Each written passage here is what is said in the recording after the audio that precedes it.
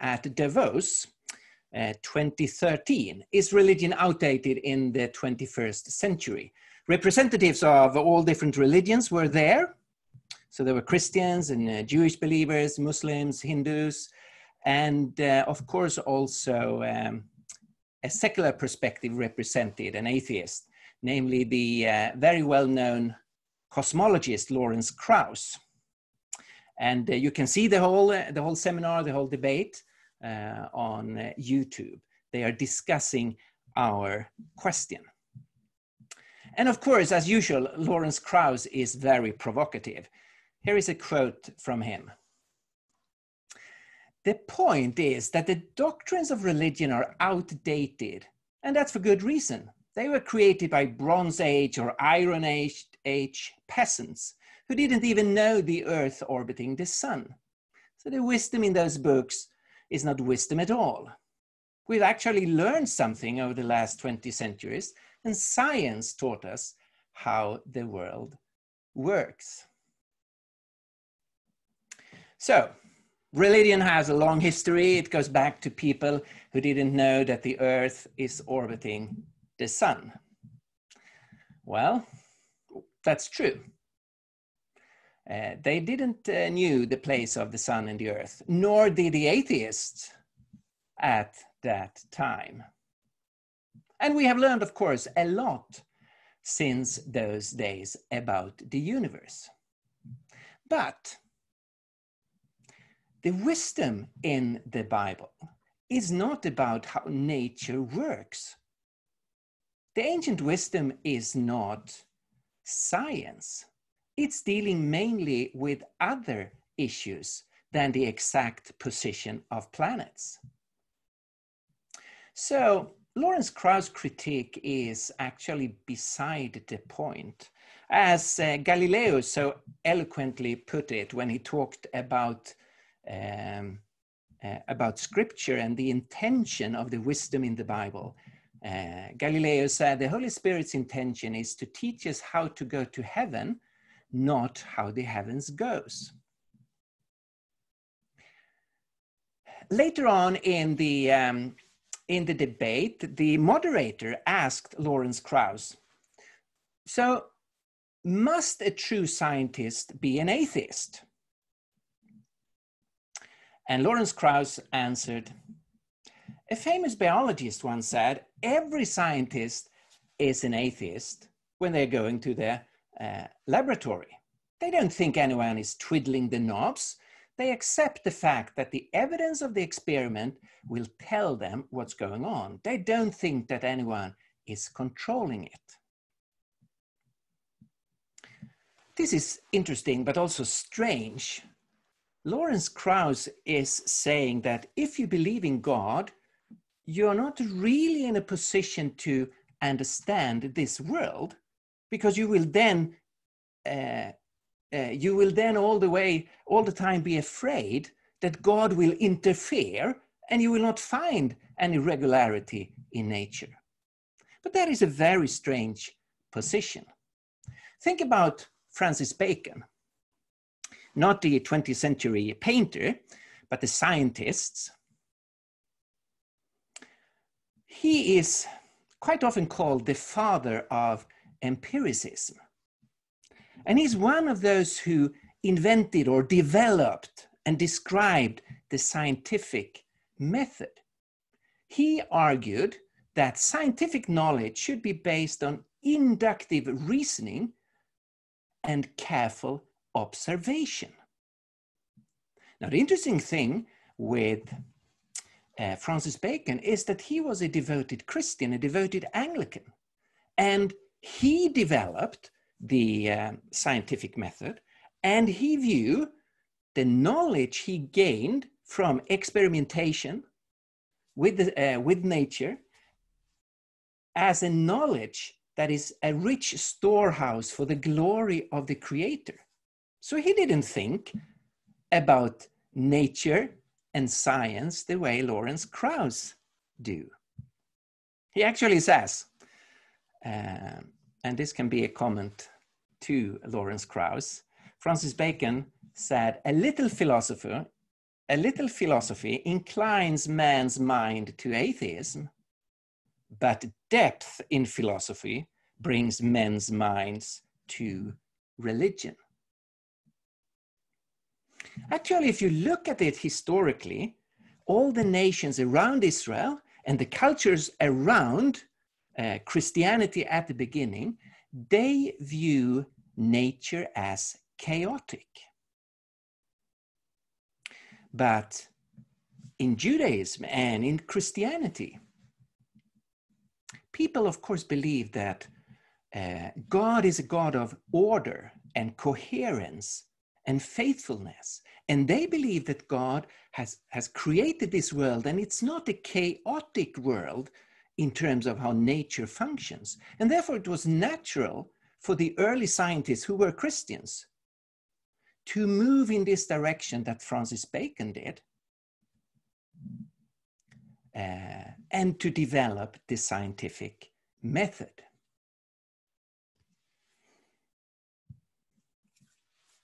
And today, most historians of science agree that Christianity was not in conflict with science when it started to develop. On the contrary, as Rodney Stark writes in his book, For the Glory of God, not only were science and religion compatible, they were inseparable. Christian theology was essential for the rise of science. So I think actually that Krauss' critique and his view that religion is outdated because of science is beside the point. It's not a relevant critique of Christianity. On the contrary, I think that Krauss' perspective should be criticized. To a large degree, he is a proponent of what's called scientism, the belief that science actually has no real boundaries, and that all human problems and all aspects of human endeavor, with due time, will be dealt with and solved by science alone. So it's a perspective that says that the only reliable knowledge comes from the sciences. But that is, I think, obviously a faulty perspective. Science is a wonderful tool in terms of understanding the functions of nature, but there are so many other areas of life where science cannot answer the questions, but we can still have real knowledge about those areas. Questions about human life, human worth, about meaning and value and love, about history, about relationships, about memory, and so on. So we need to give science its right place and value it within its domain, but we need to see that life is much more than what science can uncover and explain. A theologian and apologist, Randall Rouser, recently wrote on Twitter, and I thought it was a nice comment. The secularist who says that science is the ultimate measure of knowledge reminds me of the 7-year-old boy who thinks his dad knows everything. There's a certain charm in the child's devotion, but he's very naive nonetheless. And I think he's right. It's naive to think that science will solve all our problems. There are other people not that interested in science, but who still thinks that Christianity is outdated and old-fashioned and something that we have left behind. But they come from another perspective. And an author which is very well known in Sweden, Sven Delblanc, he has written a series of novels which are very popular, very, very rich and very interesting.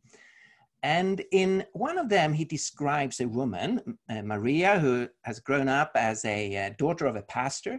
This is in the time where the churches are still quite strong. But she realizes that the faith she has inherited from her parents gradually fades away. And she has a dialogue with a God she does not longer believe in. And the dialogue goes like this. I have read too many books already. I have seen too much evil in the world. I have since a long time other gods besides you, gods called development and culture and progress and a good society. So here the perspective is in terms of culture and sociology, that we are on a road of progress. We are improving, and we can develop our society, and we can move in the direction of a good society. And what we can do together as humans will replace God. We actually don't need God any longer, because we are on our way to order society and human life in a good way.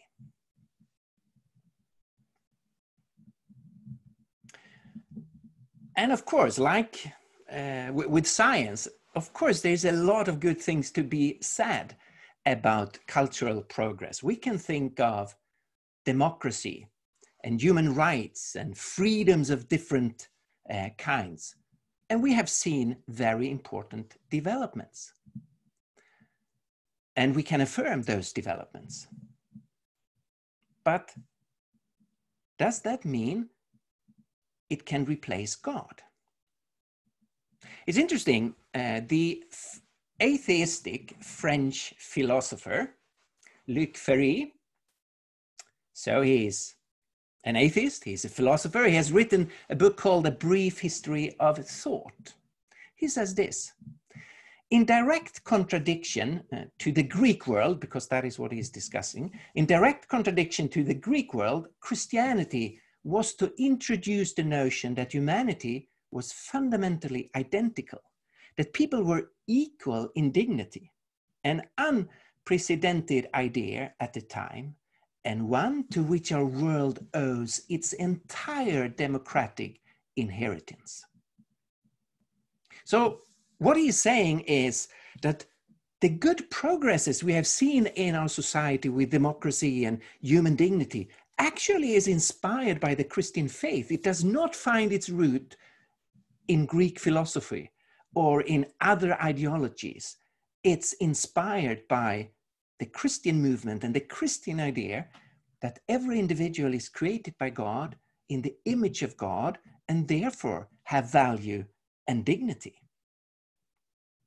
In light of that, it's strange to think that what is the consequences of Christianity would be an argument to dismiss Christianity.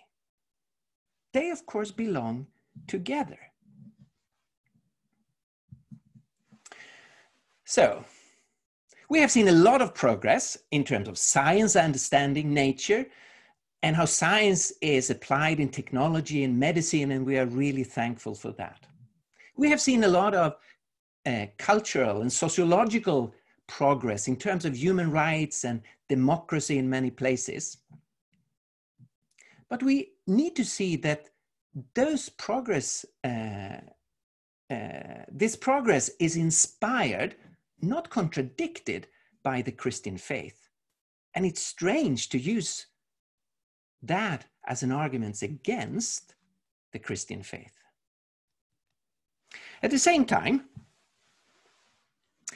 we need to see that we are still facing a lot of problems and challenges. Many questions cannot, will not be answered by science, and we need to find answers in other ways than science. And we are still faced with a lot of problems in our culture that we do not seem to be able to solve ourselves. Culture are not on a straight road to perfection. On the contrary, we can think of many examples in the current culture, which is not progress, but regress. We can think of the denial of truth and the growing relativism that is coming. That is not a site of high civilization. We can think of the individualism who, in so many cases, is an individualism at the expense of others. Or we can think of all the intellectual contradictions that we can see in contemporary society. Timothy Keller, well-known pastor and theologian in New York, he recently wrote this: "Two seemingly contradictory currents mark our society. First, there is a denunciation of all claims of absolute truth. That's the first trend. Second, yet there is also a fanaticism in which one position or group is absolutely right. Nothing is ambiguous, and divergent views should be destroyed." This is such a clear example of where our culture is deeply contradictory, and we have no coherence in our thinking and in our views any longer. Reading this tweet, I was reminded of an interview with a Swedish comedian and filmmaker. He's very well known in Sweden. His name is Lasse Åberg. He was asked by a journalist once, "Lasse, do you believe in reincarnation?" To which Lasse Åberg answered, "No, I don't, but I did in a previous life." And of course, that is humor. But if you apply that kind of reasoning to society and to all the big issues of life, we are in real trouble. And I think we are as a culture, because we have in so many respects lost the ability of coherent reasoning.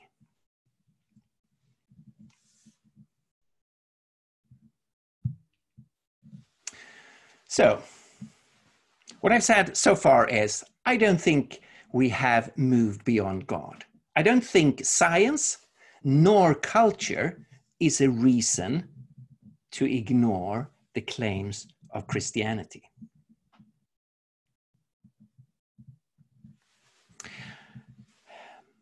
Actually, I think it's important here to mention an expression that we have from C.S. Lewis. He actually is the one who coined it, chronological snobbery. We need to realize that truth cannot be evaluated according to a timeline where what is newer is better, or where we are today in our society, that we are in a kind of ultimate position. Now that is chronologically snobbery. Something is not true because it's new, and something is not false because it's old. And of course, the opposite is also true. It's because something is old, it's not a proof that it is true. So trends and fashions, or antiquity, or how old something is not a way to determine if it's true. Truth must be determined in other ways. If we think about the ultimate questions for us as humans, you can call those questions timeless. Sometimes we call them eternal questions, but I'm not sure they will be questions for all eternity. But I think we can call them timeless questions because they reappear in every generation, in every time, and every new generation have to give an answer. And science cannot answer them for us. And we cannot just accept the answer that culture, a given culture, gives us. The timeless questions regards our existence on planet Earth.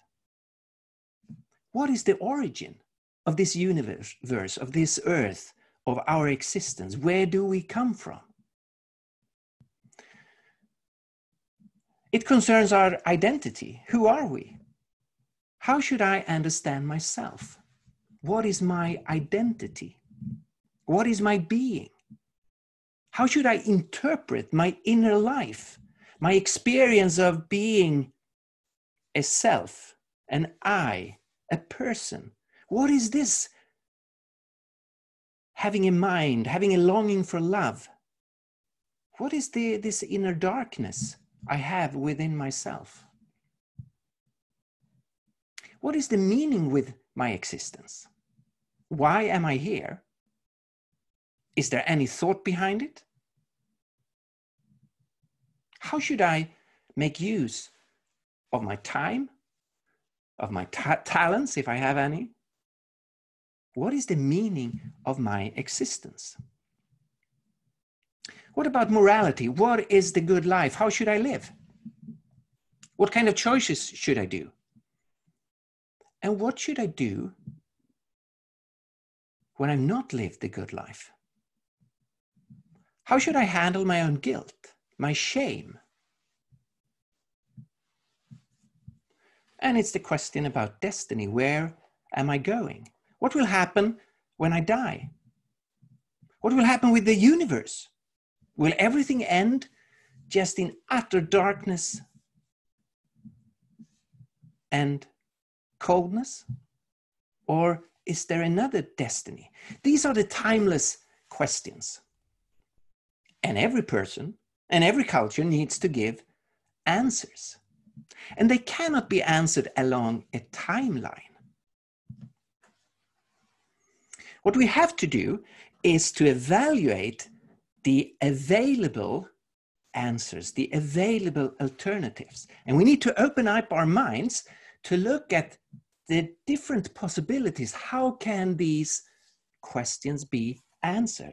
And we need to open one door and look into that answer and to see how is life described within that answer, and then open another door and look into that door to see how is that and how does that answer look like. And we need to explore and investigate and try to search for the truth. It's interesting, if you look into the available answers, they are also almost timeless. They have been with us, the different main alternatives, for several millennia. So you have the naturalistic answer, the atheistic answer saying, well, there's nothing beyond energy and matter. There's nothing beyond the physical universe. Everything should be explained in terms of energy and matter. You have the mystic spiritual answer of the Eastern religions, that the ultimate reality is an impersonal but spiritual reality. And you have the Judeo-Christian answer, that ultimate reality is a personal God, is a thinking, loving being.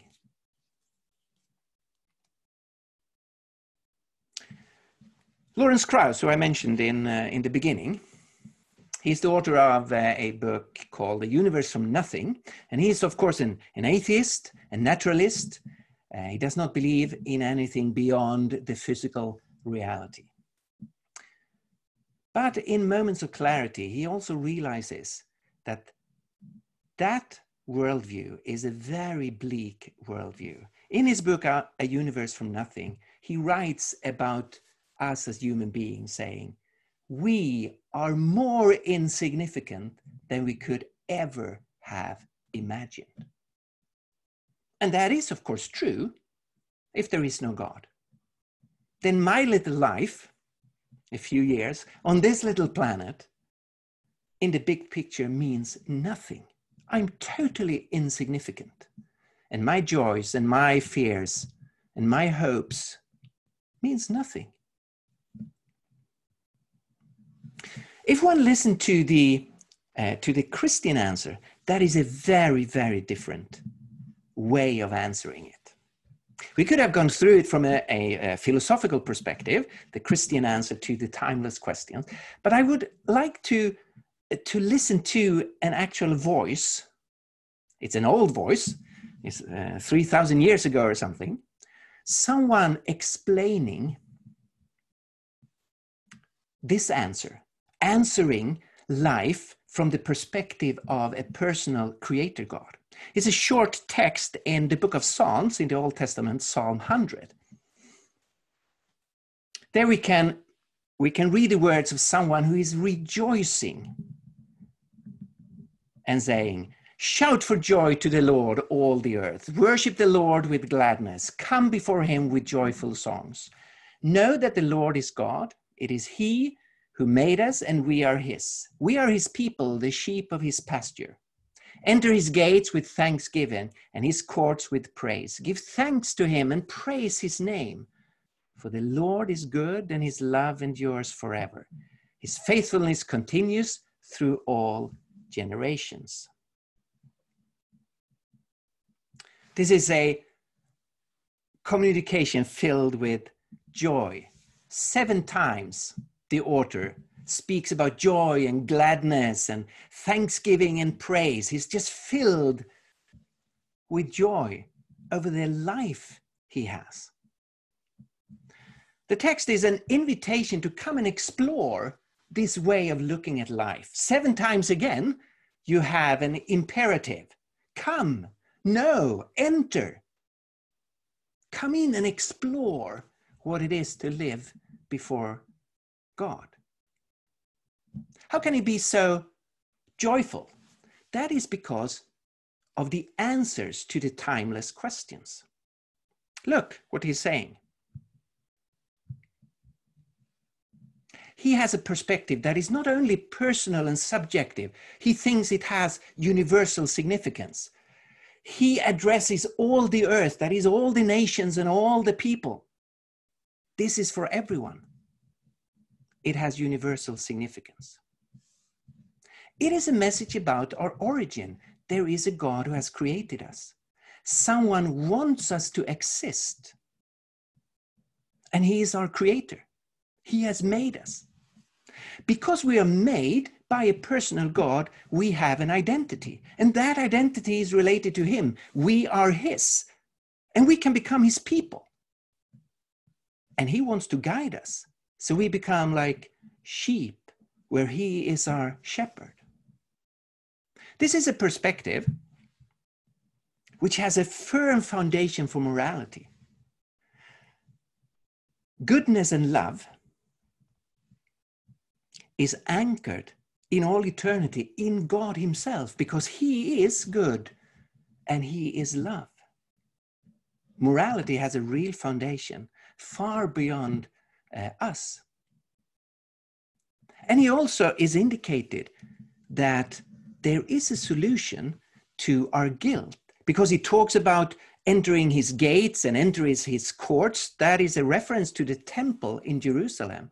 And one of the main functions of the temple were the sacrifices for sins. So people could be free from their guilt. And he talks about God's faithfulness, which implies that we have a real destiny. God's faithfulness will not end when my life ends. It will continue. What a difference between Lawrence Krauss' bleak view of our total insignificance and the joyful description of what it is to live under God.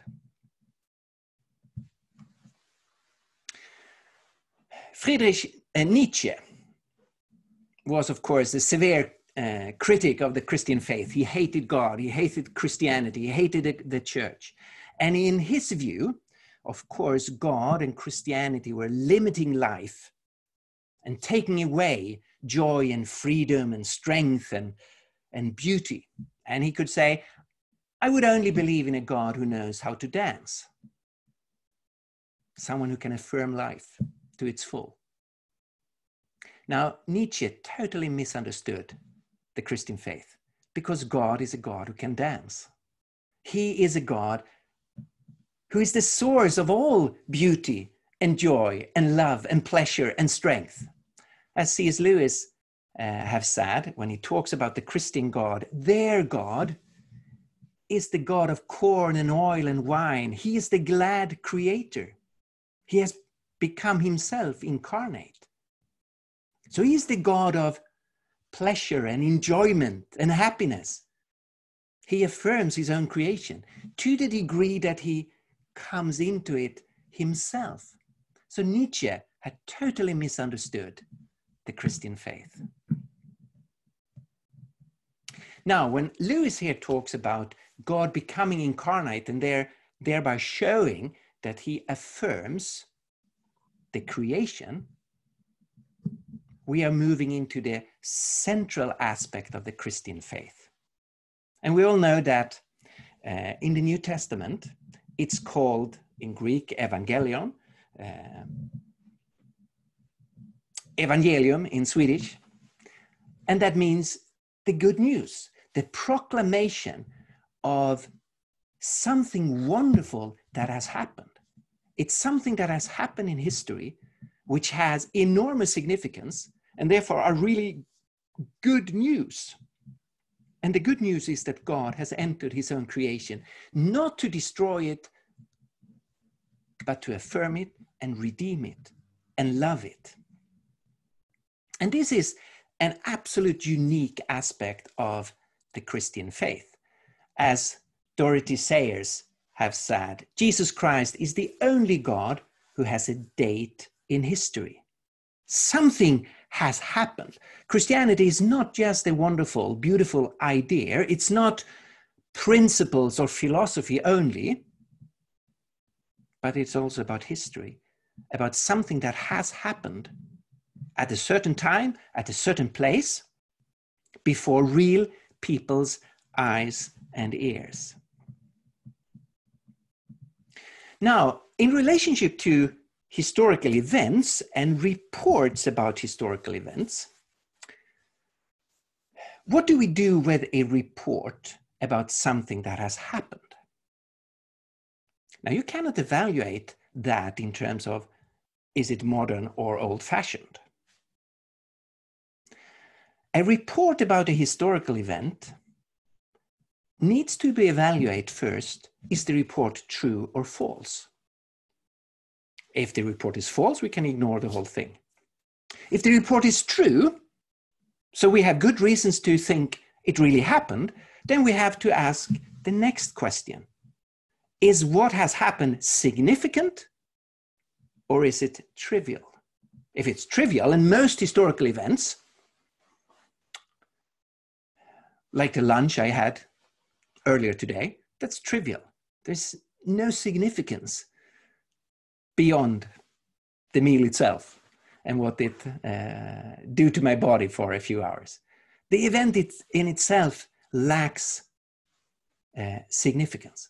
But other events could be truly significant for an individual or for a group or for the whole of humanity. So an historical report needs to be evaluated in terms of, is it true or false? If it's true, we need to think about, is it significant or trivial? In terms of the claims that God has entered his creation in Jesus Christ, the first step will be, of course, then to study the reports and try to see if we have reasons to believe the reports to be true. And we are going to talk about that tomorrow, so I will not go into that issue tonight. But if we have reasons to believe it to be true, then everyone immediately can realize the news about Jesus are not trivial. They are deeply significant. Because if it's true, then we can actually know who God is. We can move beyond a mere affirmation that there is probably a God. And we can know much more about who God is and what he thinks and what he wants and what his plans are for humanity. Because Jesus claims to be the true image of God, the one who is revealing the true nature of God and showing us who God is. in Jesus, we can see a beautiful affirmation and restoration of human life. We all know that Jesus did, according to the Gospels, did miracles, but not as a magician who wanted to surprise people or confuse people. All the miraculous events in the Gospels is about restoring human life back to fullness, to wholeness. It is to affirm the importance and dignity of human beings. Jesus places a beautiful value and significance on human individuals, on human existence, and he elevates us to a marvelous level. You can think about what he's saying about little children, that people in that culture often neglect it totally. And he elevates them because every individual has importance and significance. And Jesus, in his death and resurrection, is opening a way of forgiveness, a new start, and hope beyond death. That we can be cleansed from our guilt, that we can have a new start, something new in our life, and that we have a true hope beyond death, because Jesus is the only one who has conquered death and is now offering us to be part of his victory. Oops, yeah.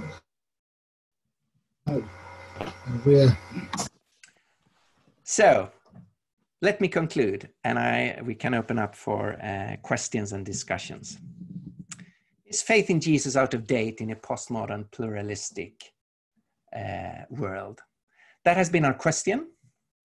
Should we leave the Christian faith like leaving a sinking ship? And my answer is clearly no. Science has not outdated Christianity. Cultural development has not outdated Christianity. The deepest and most basic human questions are giving a beautiful, intriguing answer in the Christian faith. So I think we have good reasons to be open for the Christian faith. Because the Christian faith answers our deepest questions, both in terms of being life-affirming to its content and in terms of being open to investigation and reasoning.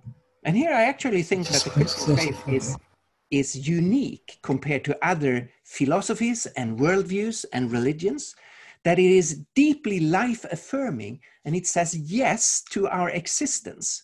It says yes to our deepest longing for love and significance and forgiveness. But it's not just a fancy idea. It's rooted in history, and it's open for investigation and for reasoning. And therefore, I think everyone in our culture should give Christianity a new hearing. Thank you for listening to this. I say just back to you,